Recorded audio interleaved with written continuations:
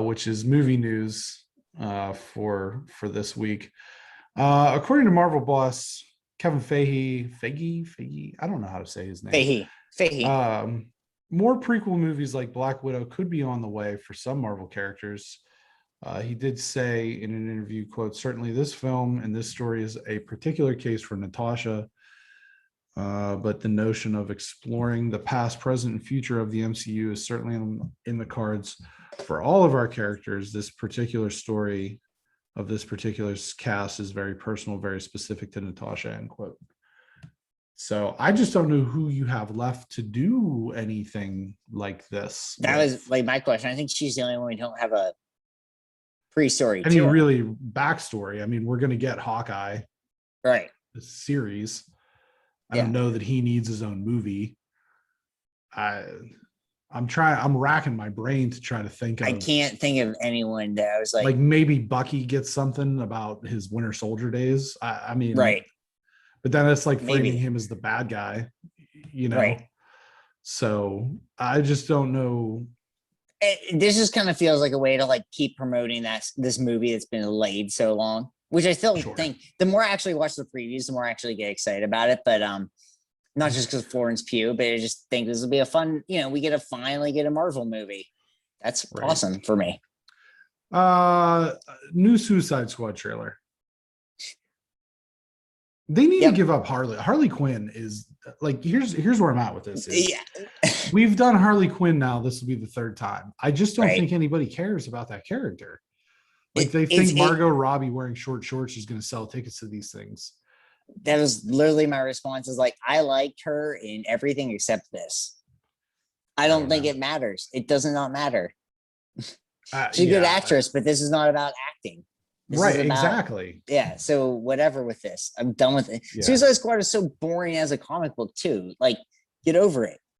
Move on. Idris Elba seems like his character maybe seems a little bit more interesting than the Will Smith character. Yeah. I will say that for this, but then like King Shark and everything. Those movies gonna be so bad. Yeah, it's not gonna be good. New G.I. Joe Origin Snake Eyes movie trailer and the announcement that the movie will open the 2021 Comic-Con at home with a cast panel. Cool. Do you know what this makes me want? What's that? Like, did you watch the trailer? Yes. So once every like 10 years or so, maybe even 20, we get a really awesome Kung Fu movie that comes out of the Isn't that going to be Shang-Chi? No, I'm talking about a legitimate. Oh, like, okay. I see like a legitimate Crouching Tiger, Hidden Dragon, Once Upon a Time in China, House of Flying Daggers, a legitimately good Kung Fu movie. You know, you could even go back to like Samurai 7 and shit like that. Kurosawa films. That's what this makes me want.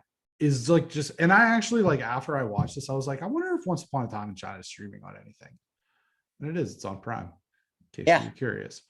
But that's what it makes me want. It makes me want one of those awesome Kung Fu movies that we get just every now and again. Sure. You know I love those movies too. Yeah, yeah. This isn't gonna be good. No. And they need to give up the G.I. Joe thing as they need to give up other things, which we'll get to here in a couple minutes. But that's what this trailer made me want. Shang-Chi's isn't going to be that because it's going to be too much Marvel, which is fine. That's fine. That's what we know we're getting. But I want like a Kung Fu movie, like an awesome Kung Fu movie. Carrie Fisher to receive a star on the Hollywood Walk of Fame. Seems so late. Yeah, I was going to say it's about the end time. Princess Leia, for Christ's sake. Yeah.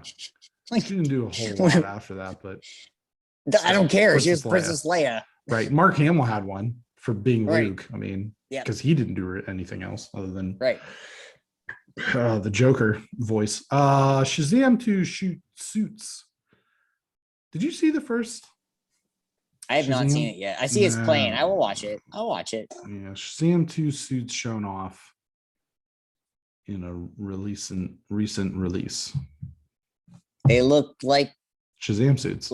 Shazam suits. That's what they look like. They sure did. Good for them doing that. Yeah.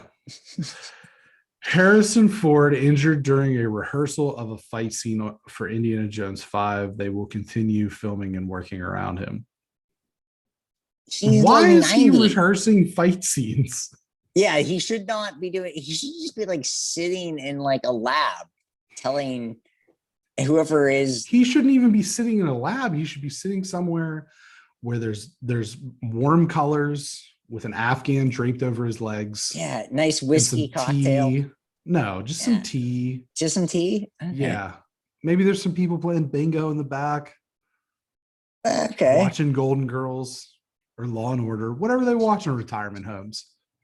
I love Harrison Ford and I love Indy. There's no reason for no reason for the sentence that I just read to occur. No, you're right. There's just not. There's just not. The Shrink Next Door, starring Will Ferrell, Paul Rudd, and Kathryn Hahn, which is an Apple original movie, got a trailer. Did you watch this? Yeah, trailer? Count me in. I'll tell you what it's going to be. I'm going to tell you exactly what it's going to be. You got those three. So you're signing up for it to be funny, and then it's just going to be really fucking depressing. 100%. That's guaranteed. It's going to be funny, and then it's going to slide off the rails depressing. That's what's going to happen. You're going to get a little like 25 minutes of really funny. I don't even think you get that long. You don't think you're going to get 25? I think you get 25 minutes of funny, and then you're going to be like, oh, this is depressing. Yeah. I bet I still like it. It's going to be funny and sad the way that like Little Miss Sunshine was. Right. But it's going to have less funny and more sad. Like he just like Will Ferrell with the bushy beard, the crazy hair, and the glasses just looks sad to me. Sure. Like even when he played characters like that on SNL, they just looked sad. Right. And I mean, you're not wrong. I think he's probably headed in that kind of direction with his career where he wants to maybe do more dramatic roles. Like he's done Anchorman, he's done Ricky Bobby, he's done Step Brothers, all that stuff. The just crazy, like the insane comedic characters. Yeah. And maybe as he's, getting a little bit older now, obviously he wants to do more. I mean, Jim Carrey did the same thing, Right. So we both did the same thing. Transformers 7. Transformers 7. Jesus. There's more Transformers than are Indiana Jones. Just point that out. Just say that out loud. Transformers 7 has been given a name. Transformers Rise of the Beasts. It will be directed by Creed II helmsman Steve Caple. Elements from the Beast Wars series will be introduced, and the film will take place in 1994. Nothing makes sense anymore. I don't even know what? So I will say that this more than meets the eye. The only Michael Bay non-directed Michael Bay Transformers movie was Bumblebee. Yeah, I didn't see it, but I heard that it was actually not that bad. With that being said, I'm pretty sure the lead in it is John Cena. So like he's like the guy, like the Mark Wahlberg character. Okay. This is what I want. And I'm making this pitch to whoever.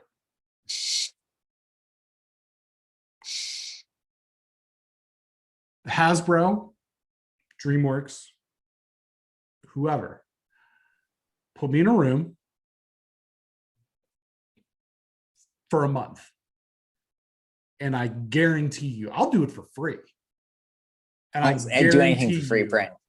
I guarantee you, I could put together the best Transformer movie that has been. Wouldn't even take me a month. It wouldn't take me a month. It would take me 2 hours. You mean the live action, not the? I'm sorry, like not the cartoon, right? From the 80s. A live action. All right. I would make the best live action Transformers movie. I would put my money on it. You're right. You want to know why I would do that? It would be easy. Light work. Because I'd just make the animated movie into a real movie. Sure. Right. You're 100%. I don't doubt you for a second on any of this. So. I don't know that we could get Orson Welles, but the French. oh, French. Okay, news comes that Pierce Brosnan's Dr. Fate in Black Adam will be mostly mocap CGI, making the actor not really necessary. But let's face it, Pierce Brosnan's career has not really been necessary. That's pretty accurate. Name a movie that he's in that's not dog shit. The one with Renee Zellweger. I can't think of the name of it. That movie's okay, but I can't think of the name of it. It's like a remake of a movie. The movie's fine. Like that's where we're at there. Here's where that's it. I can't think of the name of the movie. So I'm wrong. And I'm wrong now. I was wrong. So I can't actually think of it. You're right. He's not necessary. Right. Finally, for movie news, and this was just kind of a fun little thing. There's an article over at IGN that shows how Marvel actor salaries have changed from Iron Man to Endgame. RDJ brought in a paltry $500K for the first time he suited up as Tony Stark in 2009's Iron Man. And by 2019's Avengers Endgame, he made a whopping $75 million. Chris Evans made $1 million for the first Cap, $15 million for Endgame. ScarJo, $400K for her first appearance in Iron Man 2, and we'll bring in about $20 million George Washington's for Black Widow. Not a household name at the time. This one blew my mind. Not a household name at the time. Chris Hemsworth earned just $150,000 for his role as Thor Odin's son, and now brings home $15 million per film. Jeremy Renner brought in $3 million for Avengers and $6.1 million for Age of Ultron, with his highest payday possibly coming via the Hawkeye series. Rounding out the original team is Mark Ruffalo, who made $3 million for Avengers, and his salary has likely gone up, but those numbers have not been reported. For the rest of the heroes, check out that article on IGN by searching for Iron Man to Endgame salaries. I was actually surprised that Chris Evans didn't get paid like a little bit more. Yeah, I was a little bit surprised. That was the biggest. That was the only one. It was like, I mean, I totally believe that Tony Stark, that Robert Downey Jr. should be paid the most. But like for 15 million compared to 75 million for Endgame, it was like a little. Part of that was, if you read the article, part of it was like he had like option deals, where if it made X amount, then he got more, basically. Because I think it was actually 50, and then he picked up an extra 25 on those options. It was one of those things where like, it was probably one of those deals where like Chris Evans was like, it just is a funny way to put it. This was RDJ's last thing. Like this was it. This is Chris Evans. This was kind of like middle career or whatever you want to put at it. Right. So it wasn't taken as seriously, but RDJ had to put up a lot of, it's like that thing where like, if you're a baseball player and you're like, well, if I hit 25 homers this year, now I get the rest of this contract. And that's basically what happened with RDJ. It worked out this way because this could have been abysmal for him and he would have been done, but it worked out. So other than that, I mean, these numbers all make sense to me. Yeah, there were some other ones. The article, I think, was probably a little bit dated because it was referring to Chadwick Boseman as like being set to star in Black Panther 2. So it was a little bit dated, but for whatever reason, it popped up on the homepage as I was looking through for different things. Yeah. Oh.